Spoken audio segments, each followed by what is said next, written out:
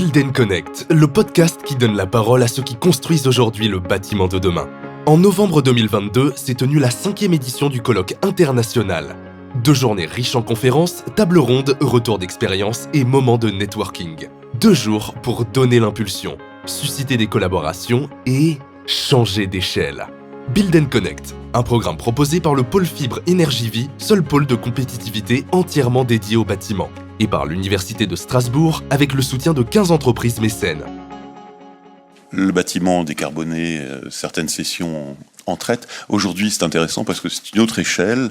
Il va être question de l'aménagement de quartiers bas carbone, avec des REX, un retour d'expérience, des opérations exemplaires. Et puis le sujet va être bien sûr celui de l'ambition, ensuite les méthodes, les outils, et puis le retour d'expérience sur certaines opérations. Je n'en dirai pas plus pour que les intervenants et les auditeurs puissent poser des questions. Donc nous allons commencer par Thalie Marx, et je vous laisse la parole.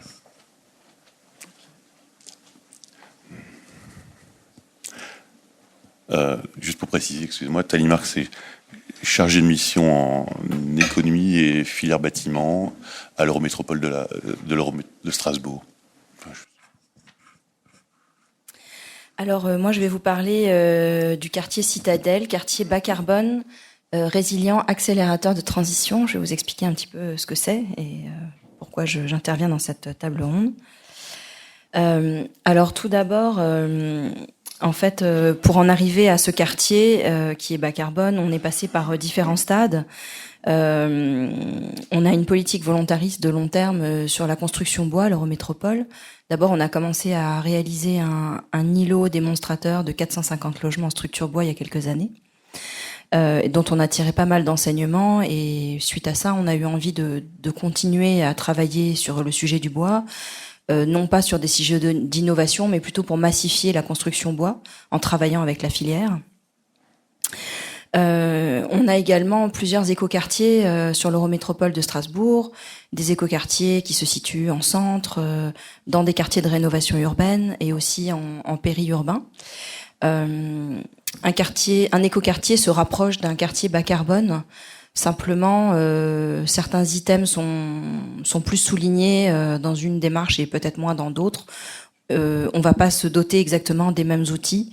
Et aujourd'hui, il y a une labellisation bas carbone qui est en train d'être préparée, alors que la labellisation écoquartier est sur les rails depuis bien longtemps. À l'Eurométropole de Strasbourg, on a un plan climat assez ambitieux, je vais vous en parler juste après.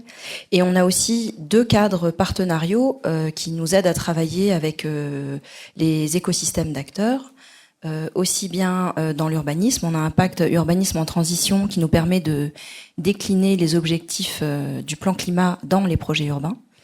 Et donc on travaille avec des architectes, des bureaux d'études, des bailleurs sociaux, des promoteurs, des aménageurs, mais aussi des pôles de compétitivité comme le pôle Fibre Énergie Vie ou Hydréos, le centre de ressources du bâtiment durable Envirobat, voilà tout l'écosystème d'acteurs en fait qui nous aide aussi à faire la ville correctement.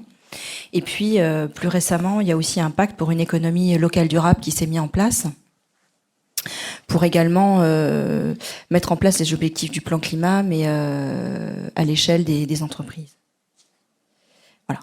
Donc rapidement, vous avez quelques objectifs affichés du plan climat, dont certains sont extrêmement ambitieux et donc nous, l'administration, on doit trouver décliner en fait ces objectifs en politique publique et en actions concrètes, ce qui n'est pas toujours facile.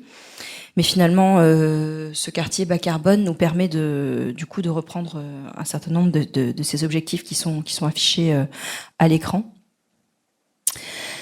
Ensuite, concernant le quartier en tant que tel de Citadelle, dont je vais vous parler, qui se situe à l'intérieur d'une zone d'aménagement très vaste de 74 hectares, qui est sur Strasbourg, est situé dans le périmètre Écocité, qui était un périmètre d'innovation de la ville durable, qui avait été engagé depuis 2009 dans des programmes aussi qui avaient été lancés par l'État. Et en fait, sur ce quartier, et d'ailleurs à travers toute la ZAC, et pas seulement sur Citadelle, il y a déjà une démarche innovante de valorisation des sols pour la dépolluer sur place, sur site, sans la déplacer. Voilà, donc on a déjà des bases de réflexion qui ont déjà été engagées. Et puis il y a aussi toute une action, plusieurs actions qui sont menées auprès des habitants qui arrivent progressivement les uns après les autres sur le quartier. Pour les habitants qui sont déjà sur le quartier, les faire s'habituer au fait que des friches que vous avez vues sans construction deviennent constructibles un jour et changent complètement votre paysage et urbain. Et puis de quelle manière vous allez aussi pouvoir vous approprier les espaces, et ça c'est très important parce qu'on fait la ville pour les habitants. Et puis aussi, il y a eu toute une réflexion très importante sur les mobilités. Et quand on parle des mobilités, c'est aussi bien le transport en commun, la façon de se déplacer à pied, en vélo, de se stationner. Et donc, on tire des enseignements aussi de différentes politiques publiques qui ont été mises en place depuis une dizaine d'années et qui trouvent aussi leur retombée dans le quartier. Nous avons répondu l'année dernière à un appel à manifestation d'intérêt qui a été lancé par l'État dans le cadre de France Relance 2030, pour mettre en place des démonstrateurs de la ville durable. Et donc aujourd'hui, on est lauréat parmi 38 autres sites ailleurs en France, des sites qui sont d'ailleurs en milieu rural, en milieu périurbain, en rénovation urbaine, en centre-ville, des quartiers neufs, des quartiers sur des parties existantes de villes. Donc c'est très intéressant parce qu'il y a un panel assez vaste de projets. Nous, en tout cas, on a répondu à cet appel à projet sur un projet d'aménagement, donc un projet neuf. Et on devait prouver qu'on relevait les 4 défis qui sont ceux de la sobriété, de la résilience, de l'inclusion sociale et de la productivité. Donc évidemment, quand on parle de décarbonation, on est plutôt dans la sobriété, mais néanmoins, les 3 autres sujets sont également traités dans le projet, et puis ont des interactions les unes avec les autres. Ce qui est important dans le projet qu'on va mettre en place, c'est finalement on a une phase d'incubation avec un certain nombre d'études, une vingtaine d'études dont je vais vous parler après, pour fiabiliser les ambitions du projet de démonstrateur ville durable sur 3 ans, et puis ensuite on a une phase de réalisation de projet. Mais ce qui est important, c'est pas tant d'innover que de tirer des enseignements des innovations qu'on va mettre en place, de se doter d'une méthode solide de capitalisation pour pouvoir dupliquer aussi bien sur notre territoire qu'ailleurs en France. Et donc il y a un enjeu fort de pouvoir partager, capitaliser et partager les enseignements qu'on tire.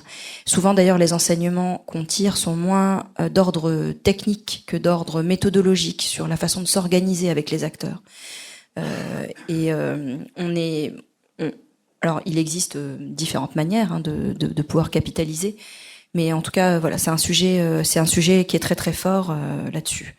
Donc pour l'instant, voilà, on est lauréat d'une petite enveloppe qui est pas si petite, de 500 000 € pour accompagner le financement d'une vingtaine d'études et de postes qui servent à coordonner cette période d'incubation. Et puis on recandidatera pour une phase suivante pour des financements sur la partie de réalisation du projet. Donc voilà, je vous parlais de la ZAC des 2 rives, là qu'on voit bien. Donc vous voyez, en fait, c'est une zone qui est très en lien avec les voies d'eau. On est en bordure du Rhin. C'est d'ailleurs pour ça que ça s'appelle la ZAC des 2 rives. C'est une ZAC qui fait 74 hectares, qui a déjà démarré, où il y a déjà des constructions qui sont en place. Et puis on a 4 univers assez différents. Il y en a une qui est vraiment en bordure du Rhin, avec des constructions qui vont monter assez haut. Il y a une partie COP assez emblématique de ce qui est le port autonome de Strasbourg, avec des bâtiments encore existants. Si vous venez pas de Strasbourg, je vous invite à l'occasion à aller visiter cet endroit, parce que c'est vraiment... Il y a un patrimoine industriel qui est très fort et qui est très beau, et qui a été préservé. Et puis, du coup, 2 parties neuves qui sont Starlet et Citadelle, où là, sur Starlet, on a des macro-lots, alors que sur Citadelle, qui est le quartier sur lequel on se propose de faire ce démonstrateur ville durable, on a des bâtiments de plus petite taille qui se prêtent bien à la construction bois. Donc là, on a un petit zoom là sur. Je vais essayer d'utiliser le pointeur. C'est ça, Citadelle. Là, on voit cette partie qui est là. Du coup, cette partie qui est au sud, en fait, a commencé déjà à être urbanisée. Et du coup, on fait essentiellement le démonstrateur sur la partie qui est là. Et on voit bien, là, d'ailleurs, dans ce plan, on voit une infrastructure qui a déjà été mise en place pour accueillir un tramway, qui est déjà en place depuis plusieurs années. Et du coup, il y a un arrêt qui viendra desservir le quartier Citadelle, qui est là. Voilà. Et puis du coup, cette opération de revalorisation des sols qui est déjà en cours. On voit aussi qu'il y a des bâtiments qui existent, qui vont pas être démolis, qui sont les bâtiments de ce qu'on appelle nous le phare Citadelle. Aussi d'une époque industrielle, avec des bâtiments qui ont une vraie identité portuaire qu'on souhaite conserver et qui auront aussi leur utilité dans le cadre du projet.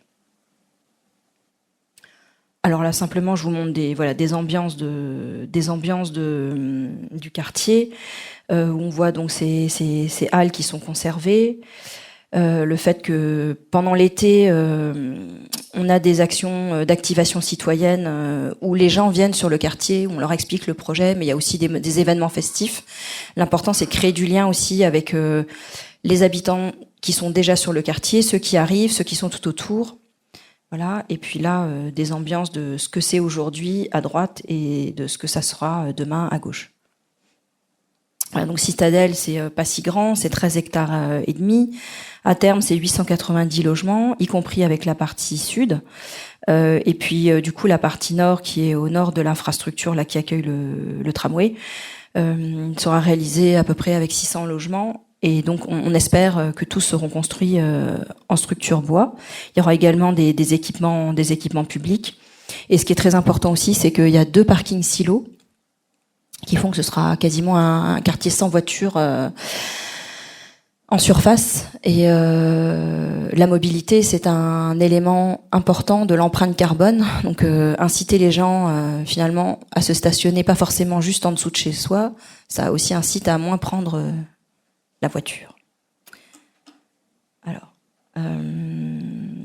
peut-être, je reviens sur le plan. Je vous parlais du coup de ces 2 parkings silos, du fait qu'on était déjà desservi par le tramway. Vous voyez que le quartier est complètement entouré par des voies d'eau, et on voit aussi que on a une contrainte dont on va faire une opportunité, qui est en fait le fait qu'on a. Je suis pas très bonne avec le pointeur. Donc en fait, on a une seule voie routière sur ce quartier. Voilà, qui est une digue qui est là. Et du coup, desservir un chantier de 600 logements qui doit être réalisé en 5 ans avec juste une voie routière, c'est impossible. Ou très compliqué en tout cas. Et du coup, on espère pouvoir utiliser les canaux qui sont tout autour pour desservir le quartier en face chantier. Ensuite, un élément aussi qui est important, c'est que le quartier est desservi est approvisionné par un réseau de chaleur urbain avec des énergies renouvelables. Et donc voilà, ça veut dire qu'avant même de construire le quartier, finalement, on a déjà des points forts qui nous permettent d'aller, dans sa conception, qui nous permettent d'aller vers une réduction de l'empreinte carbone. Alors voilà des petits schémas qui ont été réalisés par l'association BBCA.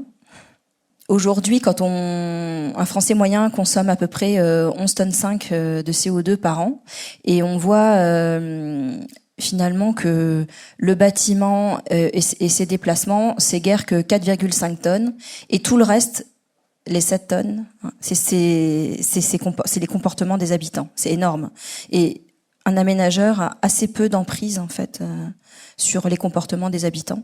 Donc c'est un vrai challenge à mener pour réduire cette empreinte carbone. Alors dans le label BBCA, c'est 3,1 tonnes, mais quand on entend le rapport du GIEC, on devrait plutôt aller vers 2,1 tonnes, c'est-à-dire la moitié de ce qui est indiqué là, ce qui est quand même un challenge relativement monumental. Et donc ce qu'on voit, c'est que finalement là où l'aménageur a vraiment prise, c'est le bâtiment, les espaces publics, une partie de la mobilité sur les questions de stationnement, et tout le reste, c'est les comportements des habitants. C'est énorme. Et ça fait pas partie des métiers d'un aménageur. Voilà. C'est-à-dire l'aménageur, quand il vend des terrains à construire, il peut donner des prescriptions sur la manière dont la construction va se passer, la manière dont on peut contraindre du stationnement. mais pour le reste, il a assez peu de prise. Donc on doit faire un gros pas de côté pour arriver à réduire l'empreinte carbone de ce quartier. Alors d'abord, un des premiers moyens quand même pour agir sur le bâtiment, c'est de construire en utilisant au maximum le bois et les matériaux biosourcés. Et d'utiliser aussi les voies d'eau pour approvisionner le quartier pendant la phase de chantier, et plutôt que la voie routière. Et on espère arriver à réduire l'empreinte carbone de cette manière-là. Je vous ai parlé tout à l'heure du pacte urbanisme en transition qui réunit les acteurs qui agissent pour l'urbanisme sur notre territoire, et donc il y a différents groupes de travail qui se réunissent pour travailler sur des sujets concrets, dont celui de mettre en place un quartier bas carbone. Et donc on avait déjà réfléchi au moment de ce groupe de travail à des mesures qui pourraient être mises en place au moment de la réalisation, enfin du montage du dossier de candidature. Et il y a d'autres groupes de travail qui vont pouvoir aussi nous aider. Un qui travaille sur les usages, un autre qui travaille sur les questions de mobilité, un quatrième qui travaille aussi sur le rafraîchissement. Je vois Katharina Brockstedt qui est dans la salle et qui co-anime ce groupe de travail. Voilà, donc on a aussi la chance d'avoir des acteurs qui peuvent nous aider aussi là-dessus. Bon, très concrètement, pour mener le quartier, on s'associe avec différents partenaires, la SPL de Rives d'abord, qui est l'aménageur du quartier, l'université, le pôle Fibre Énergie Vie qui organise ce Build and Connect, la Fédération française du bâtiment Fibois Grand Est qui est la filière forêt-bois dans le Grand Est, Voies navigables de France, le port autonome de Strasbourg, puisque on voit bien qu'il y a un sujet très fort avec les voies d'eau et avec le foncier qui pourrait appartenir au port autonome de Strasbourg, l'association Écoquartier de Strasbourg qui depuis plus d'une dizaine d'années travaille avec les citoyens pour les accompagner sur la fabrication de la ville, et donc en lien avec le pacte urbanisme en transition. Les 3 axes qu'on s'est fixés, c'est ceux d'assurer la transition des modes et des filières de construction. Et au fond, on passe tout autant par des innovations techniques en utilisant sur certains lots des matériaux de réemploi, du bois local et notamment du feuillu qui est important dans nos forêts locales, un mélange de graphène et de béton, c'est une expérimentation de rupture, mais c'est surtout une innovation organisationnelle parce qu'il va falloir s'organiser très en amont et à l'échelle de tout le quartier d'aménagement avant de lancer les consultations d'opérateurs immobiliers avec les filières du bâtiment, et la FFB est donc un partenaire extrêmement important dans notre projet. Ensuite, il y a le sujet de développer les potentiels de la ressource en eau. Alors certes, avec la logistique fluviale dont je parlais, le fait d'utiliser les voies d'eau pour pouvoir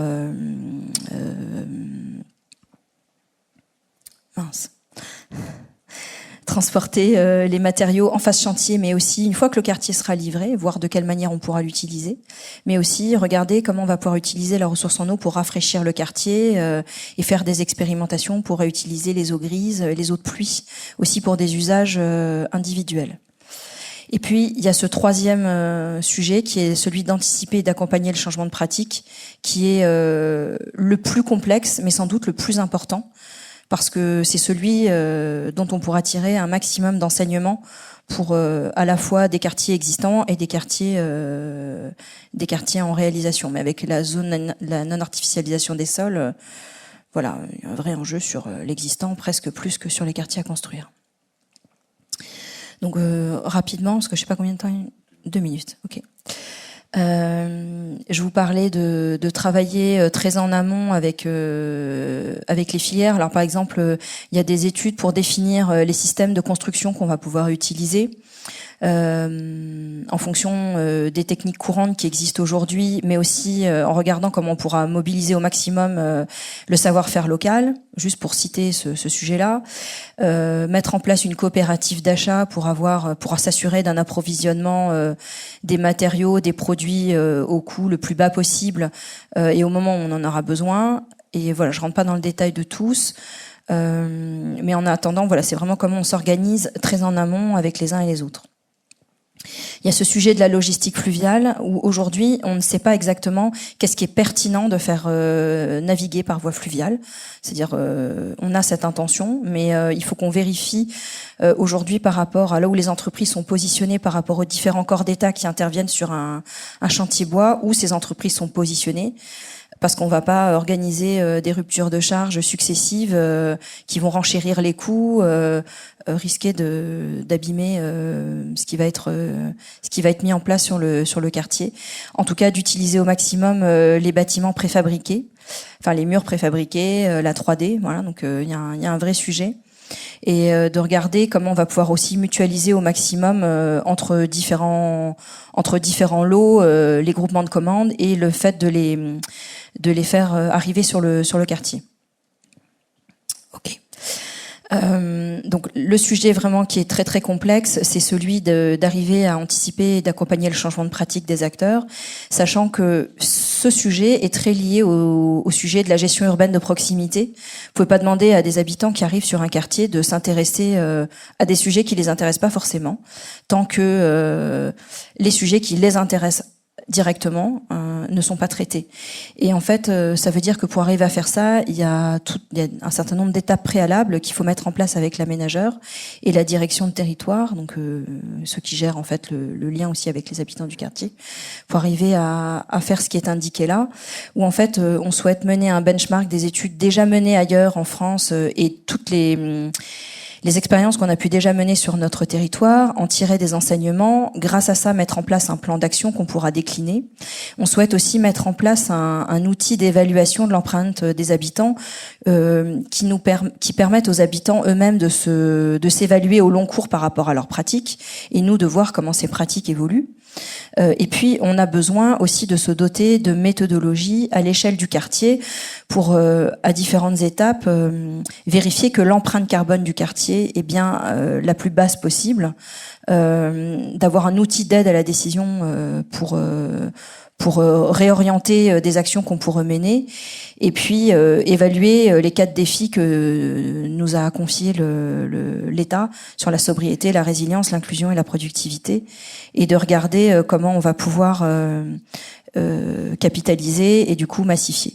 Voilà. Et donc juste pour terminer, les quelques défis, qui nous paraissent importants à relever, il y a le sujet de la gouvernance, à la fois avec les partenaires que je citais tout à l'heure, avec l'aménageur bien évidemment, les habitants qui vont arriver au fur et à mesure, comment on arrive à anticiper les sujets et à l'échelle de tout le projet d'aménagement. Ça va un peu modifier nos pratiques, et notamment les pratiques aussi post-livraison de quartier, c'est-à-dire aujourd'hui l'administration elle n'est pas outillée en fait pour accompagner correctement des écoquartiers, pour dire les choses. C'est des métiers nouveaux en fait qui doivent être créés et qui n'existent pas vraiment aujourd'hui. Pour faire écoquartier, pour faire quartier bas carbone, c'est pas seulement le fait de construire correctement un quartier et réduire son empreinte, c'est vraiment aussi travailler avec les habitants au long cours. Voilà, et donc ça c'est quelque chose qui peut potentiellement beaucoup nous chahuter. Et puis il y a aussi la question du coût. C'est certes l'empreinte carbone la plus faible, mais comment est-ce qu'on arrive à le faire au coût le plus acceptable possible pour tous. Voilà, je pense que je m'arrête là. Merci beaucoup Thalie. Passionnant.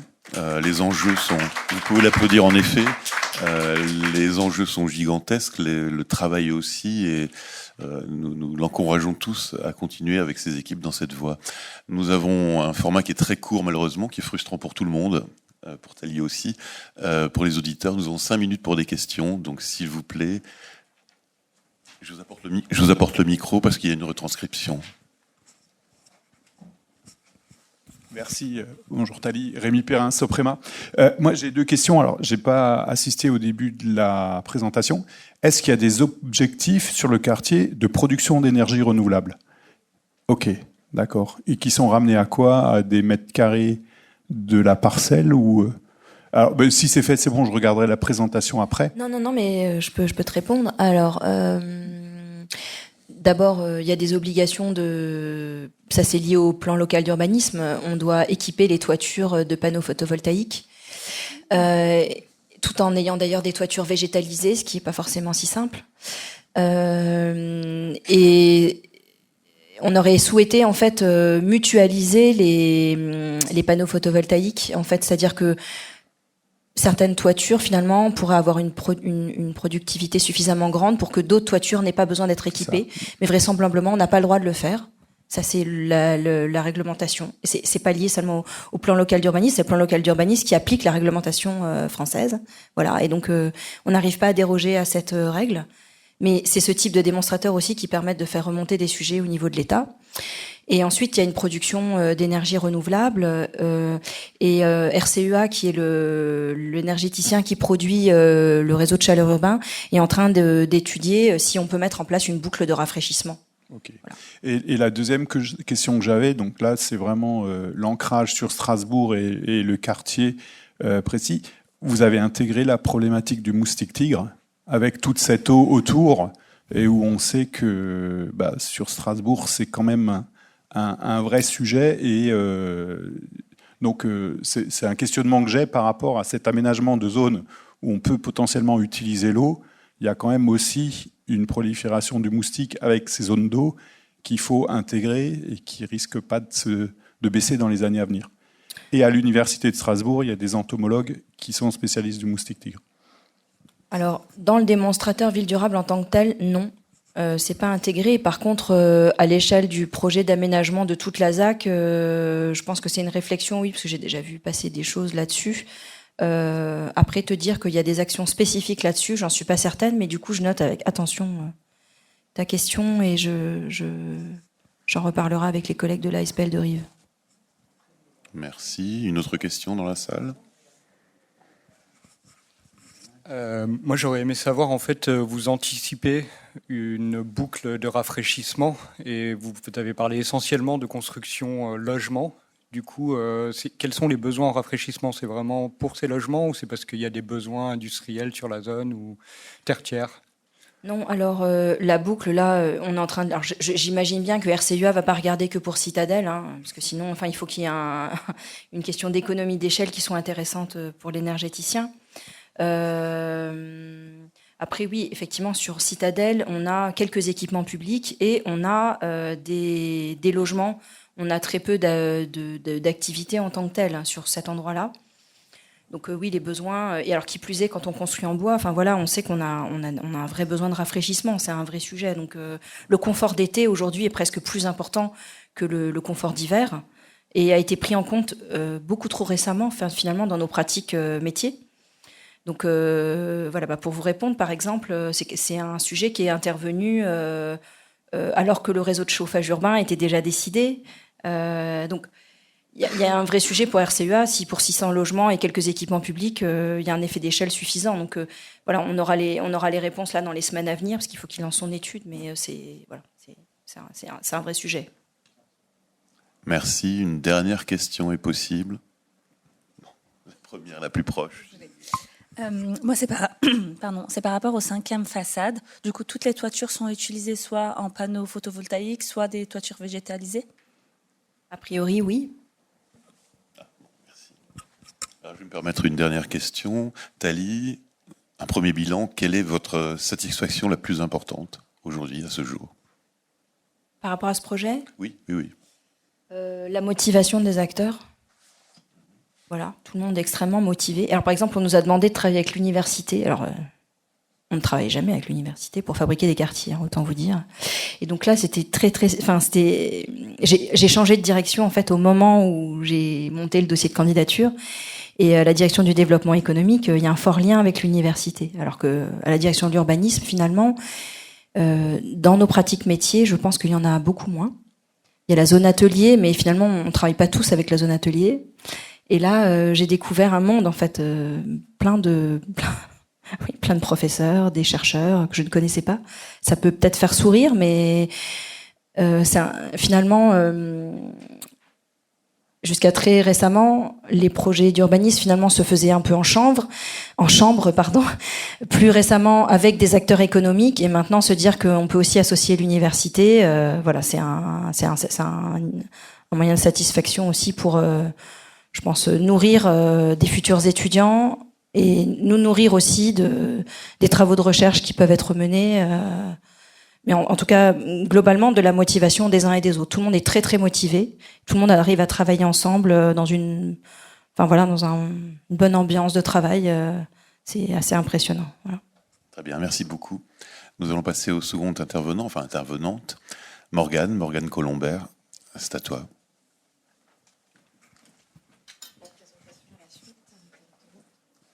Normalement, oui.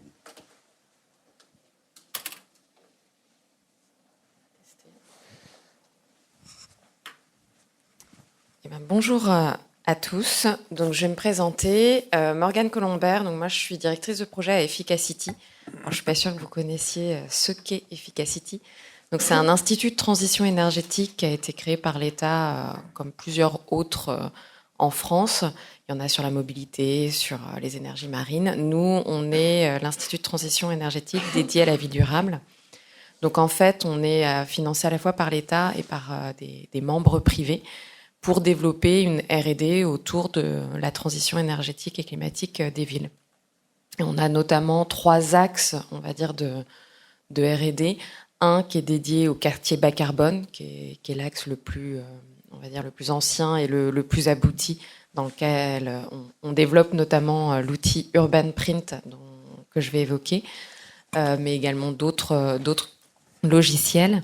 Il y a un axe sur l'échelle ville, pour accompagner justement les acteurs des collectivités territoriales dans l'évaluation de leurs actions en matière de transition énergétique et climatique. Et un autre volet sur tout ce qui va être l'innovation, l'évaluation, la réplicabilité, qui était évoqué d'ailleurs par Thalie. Donc on est basé à Champs-sur-Marne, pour ceux qui connaissent un peu la géographie francilienne. Et donc moi, je vais vous parler d'évaluation de la performance énergie-carbone des opérations d'aménagement. Alors même si Thalie a une représentation qui vous a peut-être donné des billes, moi je vais commencer par vous poser une question. Alors on ne va pas faire un sondage en ligne, mais d'après vous, pour un projet d'aménagement urbain, une opération d'aménagement, qu'est-ce qui a le plus d'importance en termes d'impact carbone entre l'énergie en exploitation, les matériaux et équipements, l'eau, les déchets, la mobilité ou le chantier? Tic-tac, tic-tac. Alors, je vous laisse réfléchir. On pourrait presque faire un sondage, mais je vais vous donner un peu la réponse. Et en fait, la réponse, ça va pas être une réponse unique, ça dépend. Donc là, c'est des... Non, c'est bon. C'est des exemples qu'on a pris de différentes opérations qu'on a pu accompagner avec l'outil Urban Print, que je vais présenter un peu plus précisément plus tard. Là, on a le cas, par exemple, d'un quartier neuf parisien à dominante tertiaire. On s'aperçoit là que c'est vraiment les matériaux et équipements qui vont avoir un impact carbone, donc en relatif par rapport aux autres très, très important, par rapport à l'énergie en exploitation. La gestion et des déchets, l'eau et des déchets, c'est généralement un impact moindre en relatif, la mobilité ou encore le chantier. On a un profil un peu différent quand on est avec un quartier mixte, c'est-à-dire neuf existant, avec une rénovation qui est plutôt faible performance. Donc là, forcément, on a l'énergie en exploitation qui va avoir un poids relativement important sur l'impact carbone du quartier. Les matériaux vont être un peu moindres, la mobilité reste fortement présente. Là, on a un quartier neuf rural, 100% maisons individuelles et très peu dense, donc beaucoup d'espace extérieur. Donc l'énergie en exploitation est relativement faible, mais par contre les matériaux et équipements sont très importants. Et là, on voit la mobilité qui prend une part très, très importante dans le projet.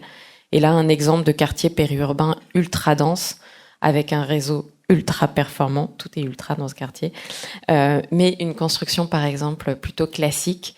Et là, la mobilité, comme on est dans le périurbain, prend aussi un poids très très important. Et les matériaux, équipements, un poids important. Mais comme on a beaucoup travaillé la performance, finalement l'énergie en exploitation a un poids en relatif moindre. Et donc ces exemples, pourquoi ? Pour dire finalement que quand on pose la question initiale que je vous ai posée, la réponse n'est pas forcément évidente et les enjeux peuvent varier d'un quartier à l'autre, d'une localisation à l'autre. Et finalement, les stratégies à mettre en place pour améliorer notre impact carbone peuvent varier aussi d'un projet à l'autre. Et d'où l'importance finalement du calcul.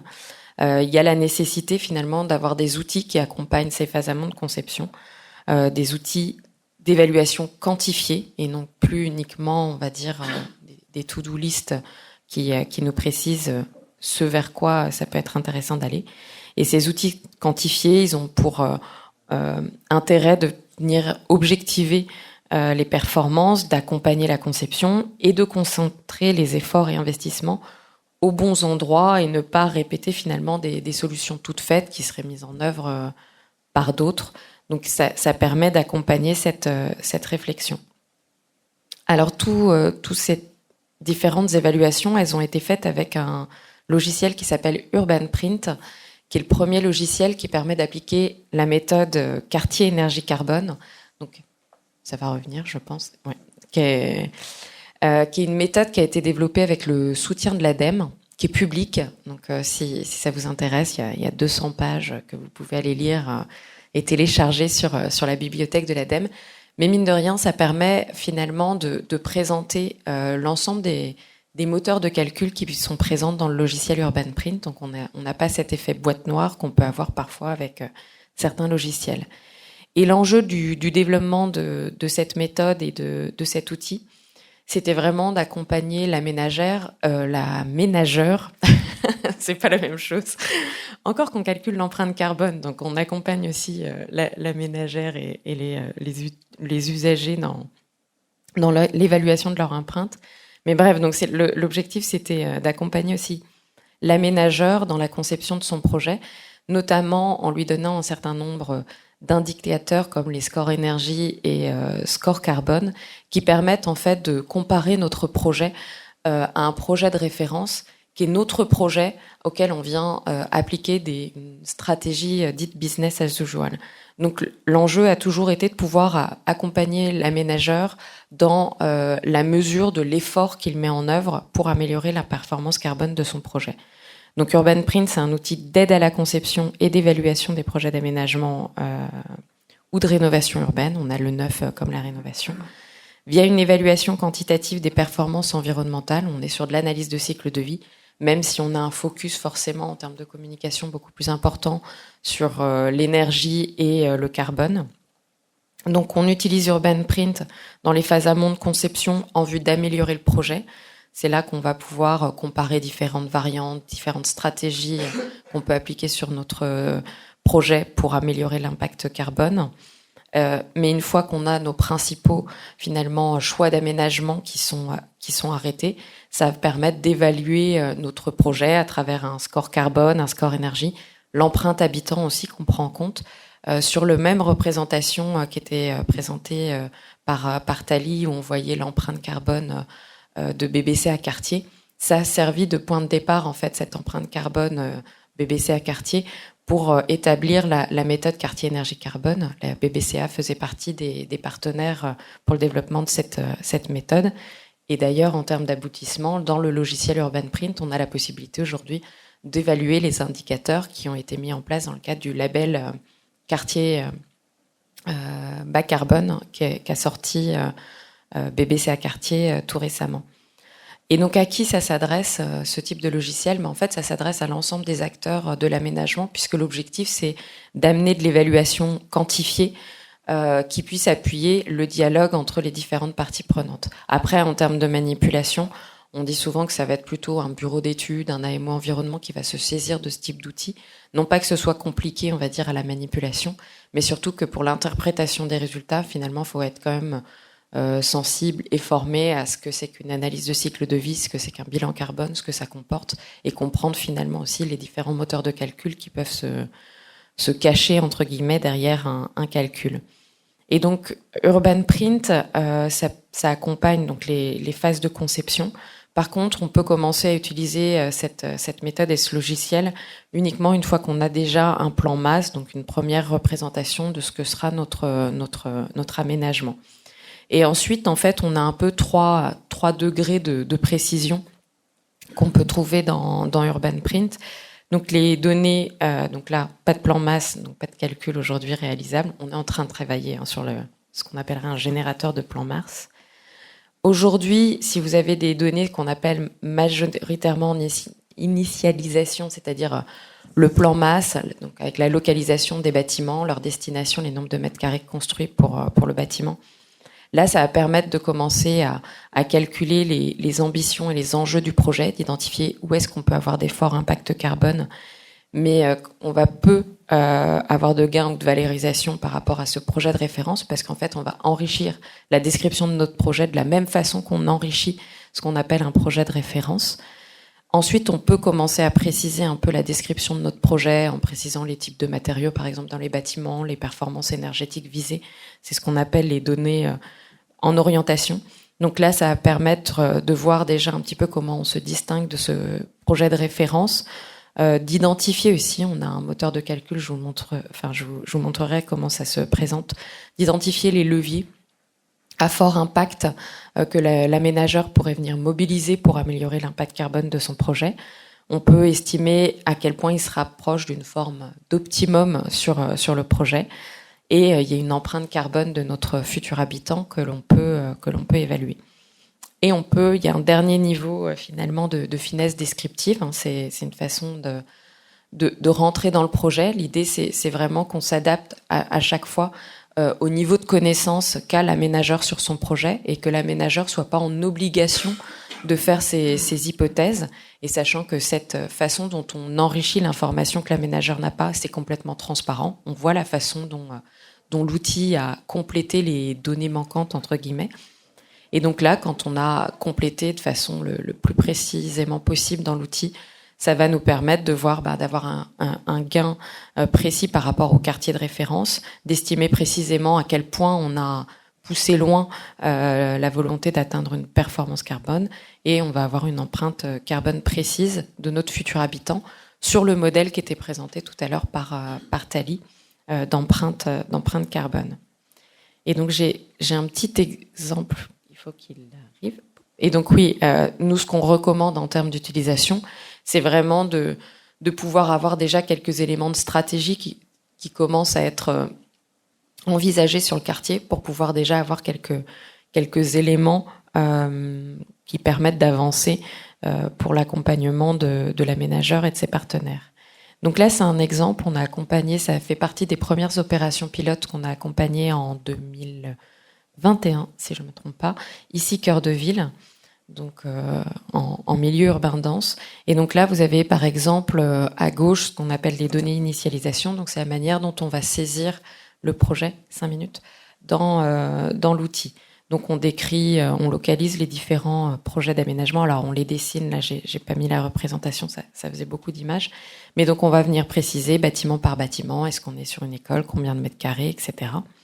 Donc ça va permettre de délimiter notre périmètre d'évaluation. Et ensuite, en termes de données, orientation et de spécification, donc sur le projet, on est venu repréciser les performances du bâti, les matériaux de construction, la ventilation, qui avait la présence d'un réseau de chaleur et de froid qui était mis en place, les niveaux de performance qui étaient mis en place sur les espaces extérieurs, donc est-ce qu'on avait un éclairage plus ou moins performant par exemple, tout ce qui était gestion des déchets et de l'eau, donc en phase de vie, et tous les éléments liés à la phase chantier, comme la valorisation des terres qui pouvaient être mis en place. Donc ça a été reprécisé. Et donc, par exemple, un résultat qui peut être obtenu, là, c'est ce qui nous permet d'avoir le score carbone et avec ou sans la mobilité. Alors, sur la mobilité, aujourd'hui, on n'a pas encore de levier d'action qui nous permettent de mesurer les efforts mis en place, on va dire, par l'aménageur, hormis si c'est un travail, finalement, autour du typologie d'espace ou de construction pour la mobilité, puisqu'on intègre aussi les matériaux.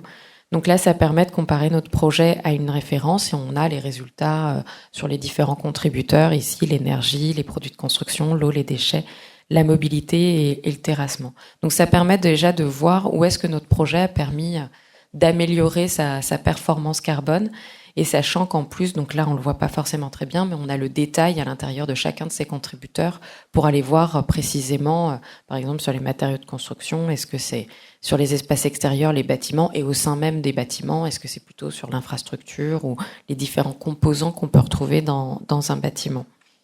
Donc ça permet de calculer ces fameux scores carbone et de voir finalement que notre projet émet 26,6% d'émissions de moins que le projet de référence. Si on sort la mobilité, qui a une tendance aujourd'hui avec la façon dont on l'évalue, à écraser un peu aussi un certain nombre d'impacts. Là, c'est une autre représentation de résultats que l'on peut avoir. En fait, on peut comparer différentes variantes avec le logiciel, mais il a aussi la possibilité de générer lui-même plusieurs centaines de simulations pour aller chercher justement ces différentes variantes qui permettraient d'atteindre une forme d'optimum. Alors, optimum, on pourrait presque le battre parce qu'en fait, on applique des stratégies uniformes sur l'ensemble des bâtiments de logement, l'ensemble des bâtiments tertiaires pour limiter quand même les temps de simulation.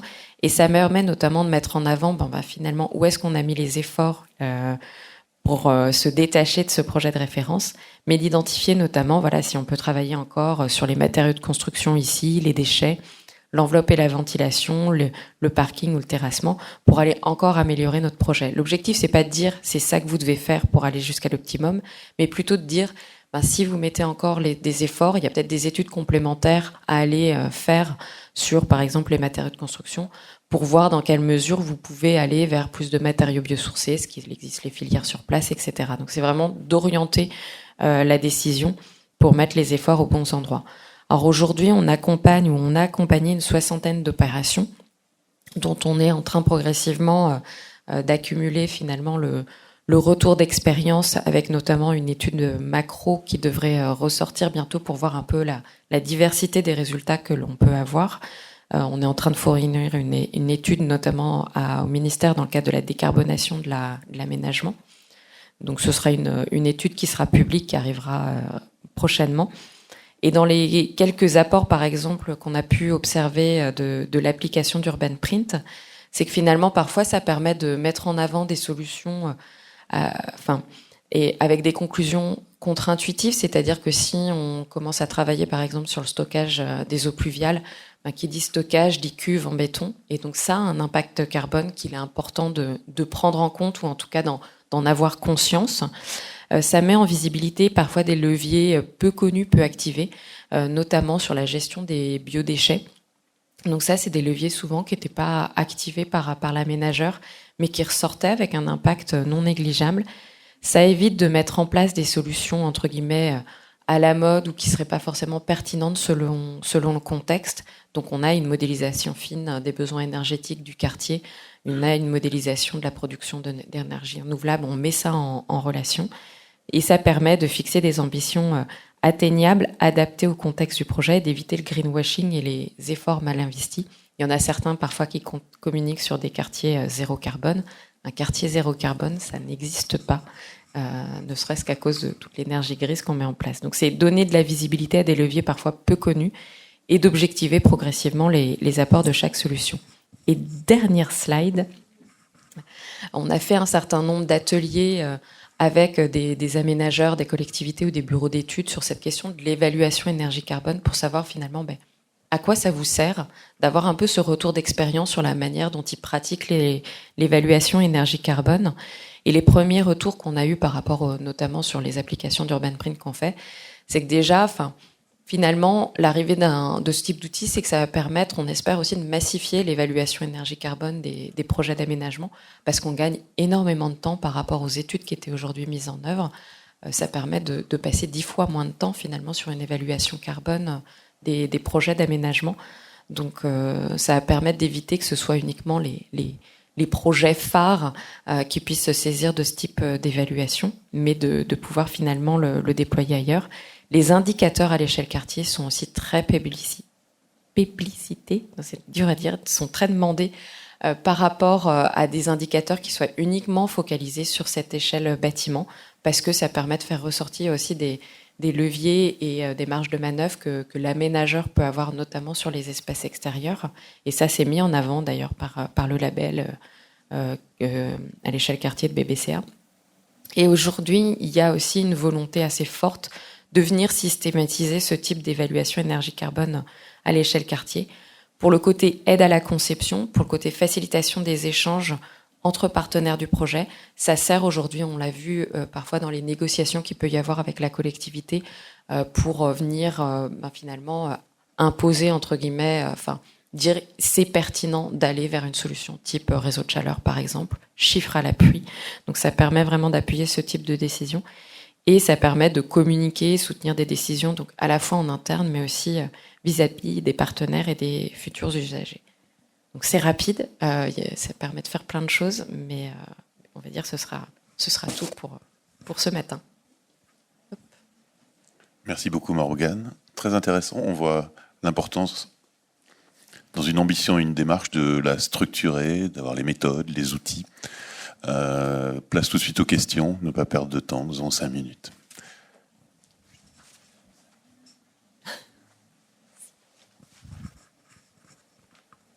Philippe Jordan, qui ne met pas un inconnu. Merci. On est au début du déploiement de l'outil, donc tous les exemples sont français. Si on utilise le logiciel en Allemagne, en Belgique, au Luxembourg, est-ce que les locaux vont être contents des résultats? Est-ce que c'est des méthodes de calcul qui sont transposables dans d'autres pays de l'Union européenne?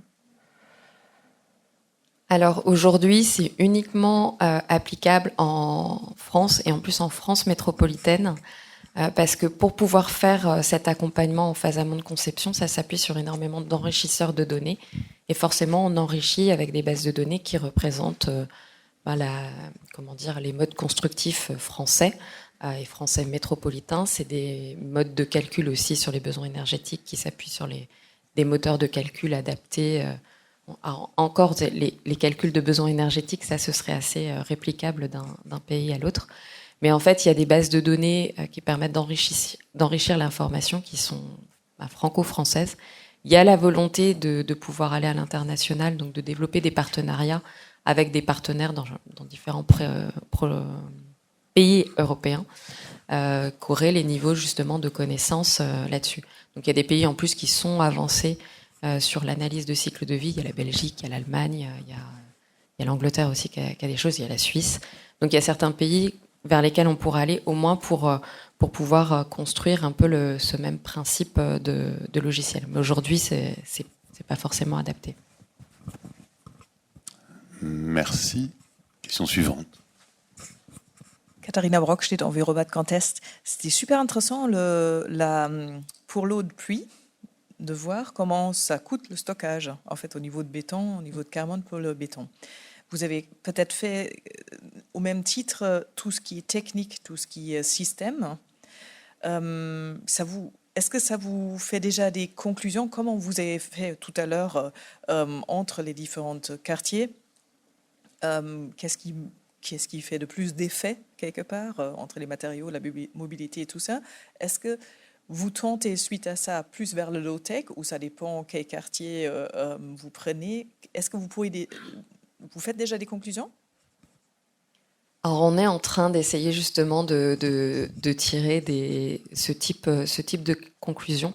C'est pas forcément évident. On s'aperçoit finalement que d'un quartier à l'autre, on a des résultats assez variés. Donc c'est un peu tout le risque, entre guillemets, d'un outil d'aide à la conception, c'est qu'il donne de l'information qui est très localisée. Par contre, c'est vrai que ça permet de mettre en avant, par exemple, sur cette question des panneaux photovoltaïques. On prend en compte, alors pour le coup, on a une approche plutôt qui est favorable à l'échelle quartier, c'est-à-dire qu'on prend en compte donc à la fois l'impact en termes de matière qui est nécessaire à ces panneaux photovoltaïques et toute la production.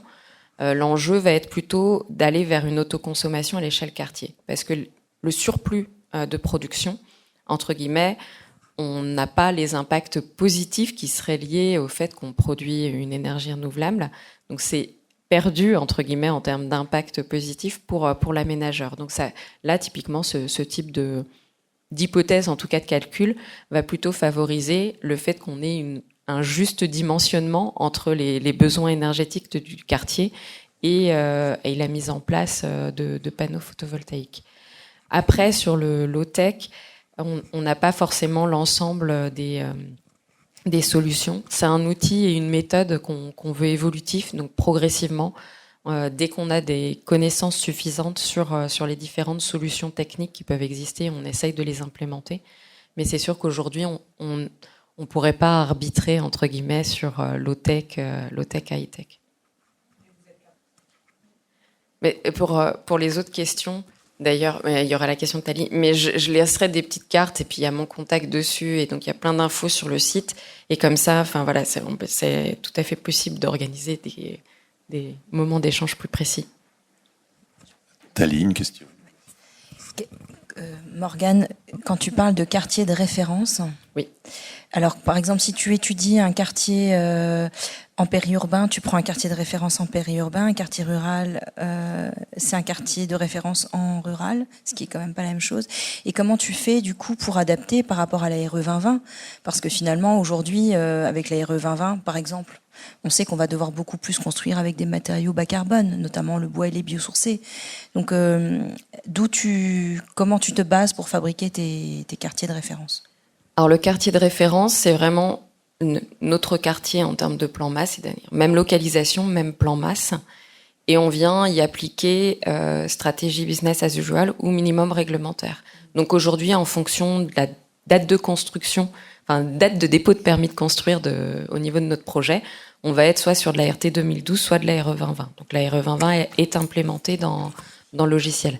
Parfois se posent des questions de localisation du projet d'aménagement. Donc là, va falloir finalement comparer des variantes de différents projets.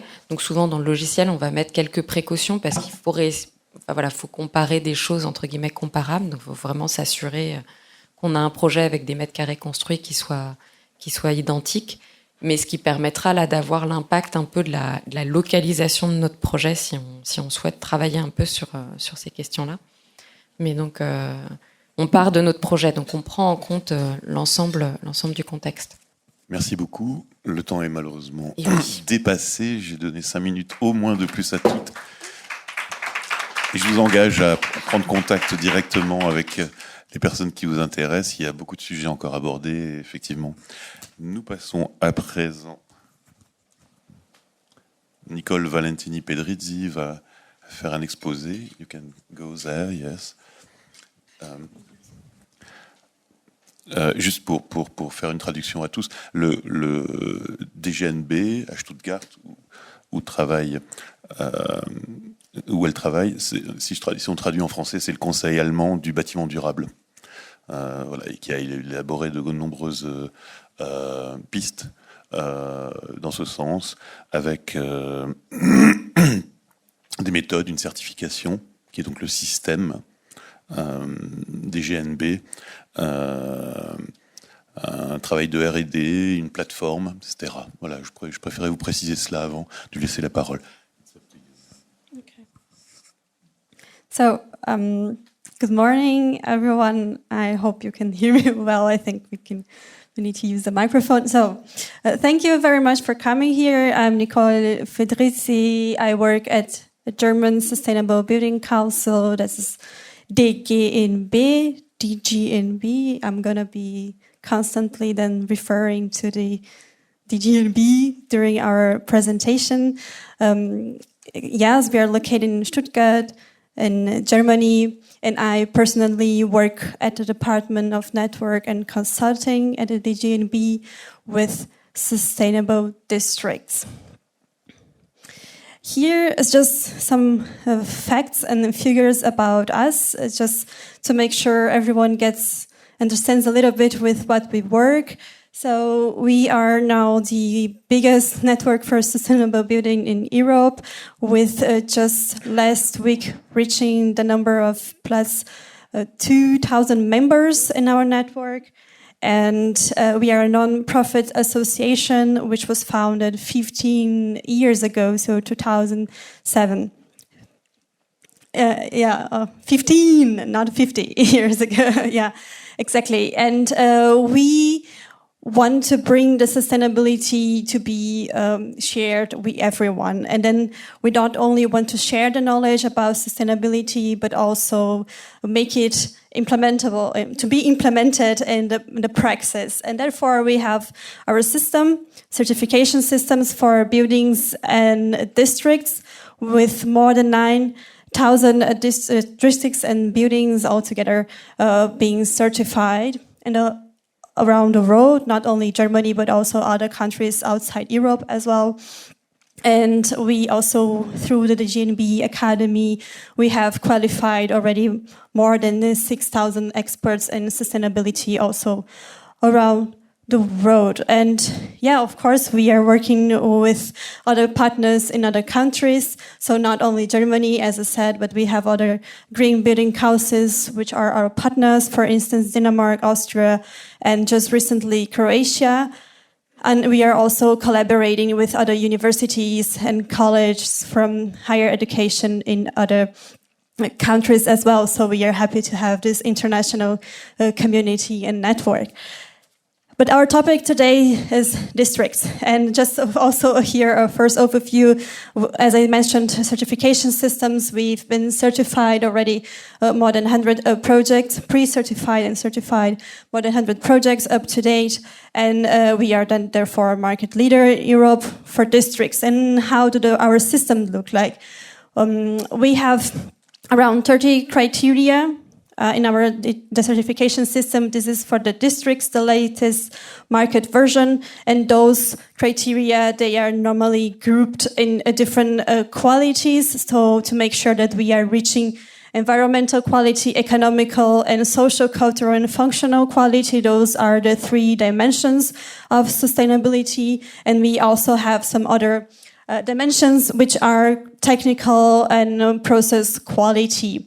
And then here you have just a quick overview of all the criteria that are to be found in our system. And those are criteria normally used then by project developers or architects, engineers as a reference, really to know more or less how to reach a good sustainability level.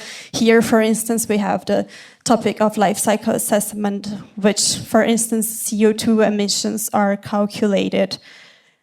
So climate CO2 or climate protection topic in general is not only found in the criteria for life cycle assessment in our system, but also throughout many different criteria. So here is where we are actually calculating, but climate protection can also be reached by other means, as for instance in the topic of mobility, by promoting active transportation instead of normal private transportation moved by fossil fuels, for instance. So this is just a quick overview of everything that can be found in our system and what the projects that use our system normally address. So all of these key topics here.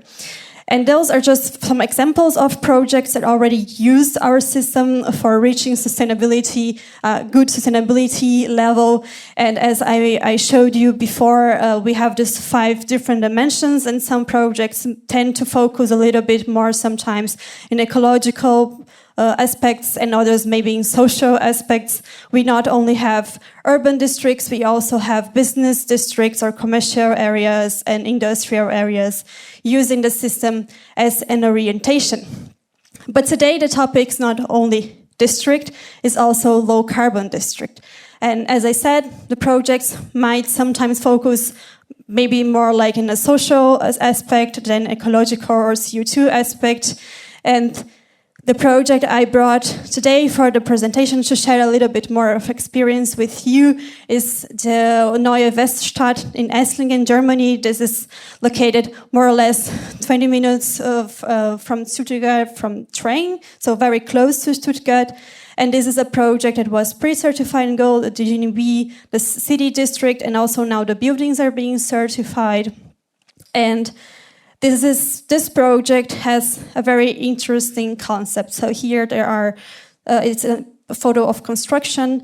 a little bit old now. Here there is already another building built, so there is basically a mix of residential, commercial areas, and also here it's already been built an university, so a higher education institution. And this project has a very interesting energy concept. So the energy concept here, they first started by thinking, we need to decrease the energy demand first. So before focusing on the energy supply, the energy demand of the building should be decreased. And this was done first by choosing the correct insulation materials to decrease the heating demand on the building, so making sure that the heating demand will be then less than usual, and also by developing a digital energy management system and also apps to inform the users how much energy they are using, and for them to also know how many energy is being generated, so that they can also behave accordingly to decrease the energy demand. So first, guaranteeing the energy demand is less than usual by insulating the building correctly, and then also with the behavior of the users. We are talking here then now about the operation phase of the building. They also have a very interesting concept for energy supply. And this is what I'm going to show you a little bit more in detail. Here for you can see already the photovoltaic cells installed in the rooftops of the buildings. So here is a little bit of the concept. So we start by the photovoltaic cells. So they are installed in the rooftop of the buildings. Remembering, energy demand was already less than usual, and then to cover it is this energy concept. So we start with the photovoltaic cells by generating electricity. The electricity should be directly used in the buildings. But we already know that for the renewable energy, especially solar panels, sometimes the demand and the consumption, that is the production and demand, they do not meet. And then that means that sometimes it might be that there is a surplus of energy here. And this surplus of energy is then not to be wasted, but to be then stored in this energy center here, which works with electrolysis. So electrolysis works basically by using this energy, the electricity being generated, the surplus of an electricity is used in combination of maybe surplus from the district grid. Hopefully it comes, yeah, okay. So this is the energy source, and then this is in combination with water is where the magic happens, and then we have the formation of hydrogen gas, green hydrogen gas, and also O2 as byproduct. And then this hydrogen gas can be stored and then again being transformed into electricity when the demand of the buildings here is higher, and then there is a need for it. So this is closing the loop for electricity. And this system here achieves, which is normally maybe some critique for hydrogen storage or green hydrogen, is the efficiency of the system. This efficiency here is more or less 50 or 60%. But in this project, they achieved 80% of efficiency. And how they did it. And now it comes the heat. The heat, we talked about electricity, and then now it's time for the heat. They are using the waste heat here in this whole, that occurs in this whole process of transformation, the energy, water in hydrogen, to supply then the buildings in this local, with this local network here, again, for the heating demand. So there's a very clever combination of electricity generation, electricity storage in form of hydrogen, and then because of heat has been wasted, or energy is being wasted in the first place. In the process, it's being then not actually wasted, but then used again to supply the buildings with heat, which I think it's it's a very, very clever concept, and not only that is hydrogen that is being generated, but this is green hydrogen. And why is it green? Because it's generated completely by the use of renewable energies. Sometimes we need to be careful that the hydrogen that is being generated is not gray when we use fossil fuels as the source for electricity or energy. And then here, what we can also see in this graph are some mobility-related icons. So that means that project is not only connecting electricity, heat, but also mobility, and also in the future, maybe industry. But what is then the mobility here? Well, how is this integrated? First, like we normally know already with electricity for batteries and then for electric cars to be charged here in the area, or maybe also public transportation to run with electricity source. And also maybe in the future, this is not built yet, but we might see more hydrogen cars run by hydrogen as a fuel, and then the hydrogen being generated here could also be directly then used for these cars. So here, a closure, we see electricity, heat, and mobility all connected in this project. Remembering that this is in the operation phase, and the energy demand was already thought in the beginning to be less than usual. Here, just some data I just mentioned. This is what's most important, is this efficiency and the use of the waste heat also locally.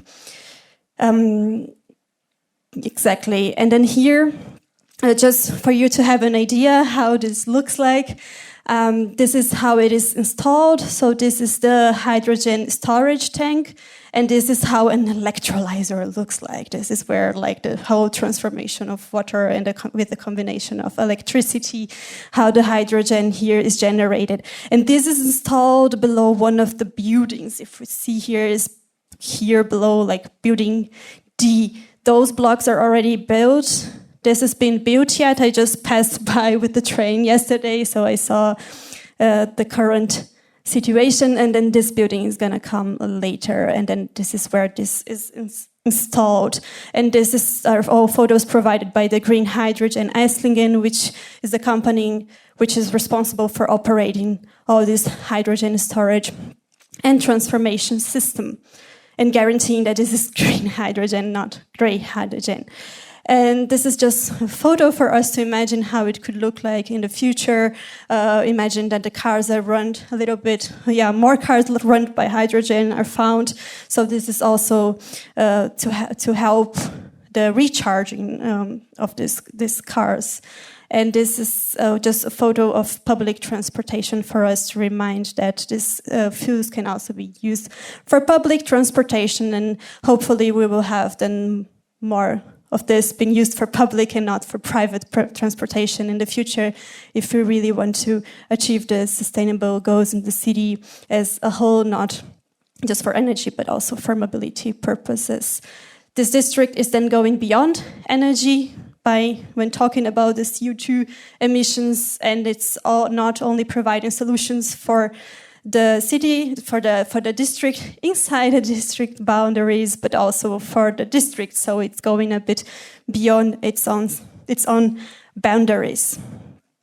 And as a closure, here, this is a photo. This is me with my team, my students, the students that work with me. And we visited also the project just recently because they have a very interesting sustainable information system. It's built with containers, so the way it was built is also kind of accordingly to our criteria. It's not certified, but they also use our criteria to orient the building. Also the construction of this information system. And I think it's very important that projects that talk about low carbon or climate neutrality, that they are also very open to the public, so that the public can also understand what is being done there. The discussion is not only in between the scientific community or the project, people that are working with it, but it's really open to the public. And this is in the close to the main station, so a central square. Everyone can have access to it. And it's very easy to understand with animations and videos. It's a very, very interesting information center, which I personally think that these projects should not only focus on technology, innovation, and how nice it is, but also on really sharing the information with the population and showing that this is possible, to motivate also. I understood a bit of what your answer before, to motivate people also to engage in such projects. And this is just all the partners involved in the project, just to give the right credits to all of them. They have also a very interesting website with all the information about the project. I also brought here some information. Unfortunately, it's in German, but some pictures maybe if you are more interested in it. And thank you very much for your attention.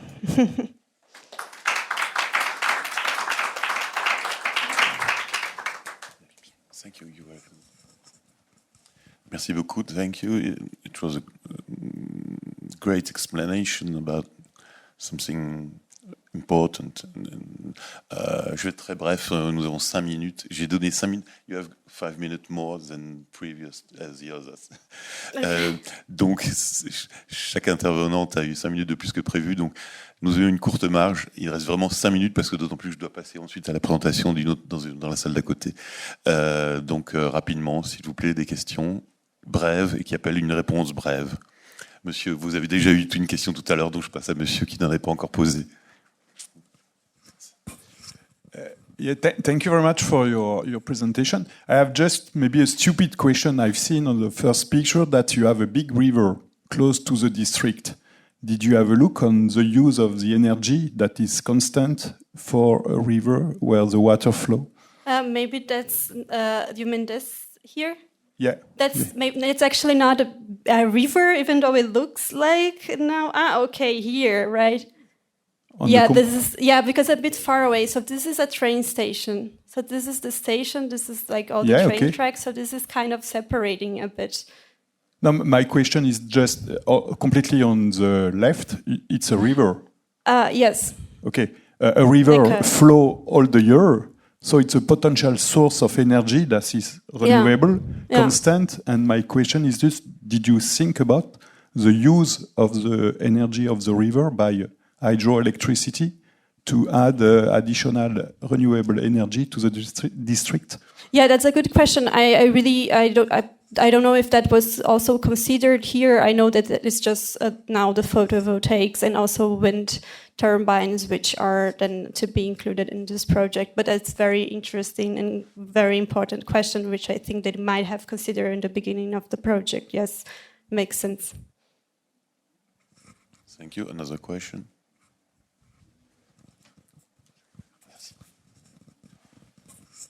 Thanks a lot for this explanation for the hydrogen system. It's quite interesting.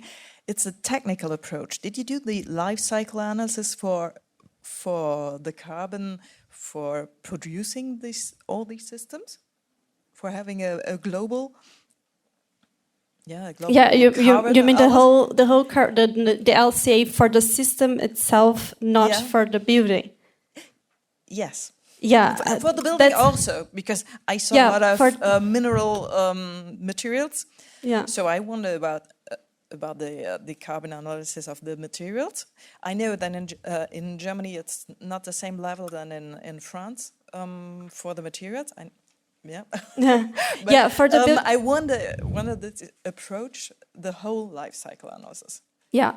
So I can talk about the building and then the district project first, because this is what then is certified. Yes, the whole life cycle is being addressed, because this is part of this first this first criteria that I mentioned here when you talk about life cycle assessment. So yes, for the building, especially in the DB, and then here not only the district, but the buildings are being certified, and the first criteria, and it's like a lot of very important criteria. The construction phase is also taken into consideration, making the whole balance. And then because these buildings are also then DGNB certified, 3 of them now, then they for sure then had to analyze the whole life cycle of the building. So the construction phase, the emissions of the materials used here for constructing the buildings are also taken into consideration. So the gray energy, right? Not only in the operation phase. My presentation was focused on the operation phase. Yeah. Also, yeah, gray carbon. Yeah, exactly. Yeah, correct. Yeah, that's it. So I can guarantee that the whole life cycle assessment was taken into consideration here because for the buildings and for the whole hydrogen then system, this I cannot really tell here what was the analysis for the system itself, because this is then being something a little bit separated from the certification system here. Yeah, but I could imagine as well that they have also done some analysis for the hydrogen system, particularly when we talk about the electricity is already there. So we are not just when we talk about green and hydrogen, we are already saying that we are already taking care about what is the type of electricity being used. So we are not just focusing on the process itself, but already what is the input for the process. And that the input is not part of this life cycle. Yeah, but it's a very, very interesting discussion. All of this life cycle assessment is what is important. Yeah, even though here I was focusing a little bit more on the operation phase. Yeah. Sorry, but it was the last question and the last answer. Merci à tous. We have to end now. Sure. No possibility to continue. But je vous engage tous à contacter, vous avez les mails des personnes qui sont intervenues. Il est vrai qu'il y a une frustration pour tout le monde du haut format de la part des intervenants comme des auditeurs. Merci à vous. Rejoignez-nous dès maintenant pour faire partie de ceux qui agissent et retrouver tous nos contenus sur notre plateforme communautaire www.buildandconnect.eu.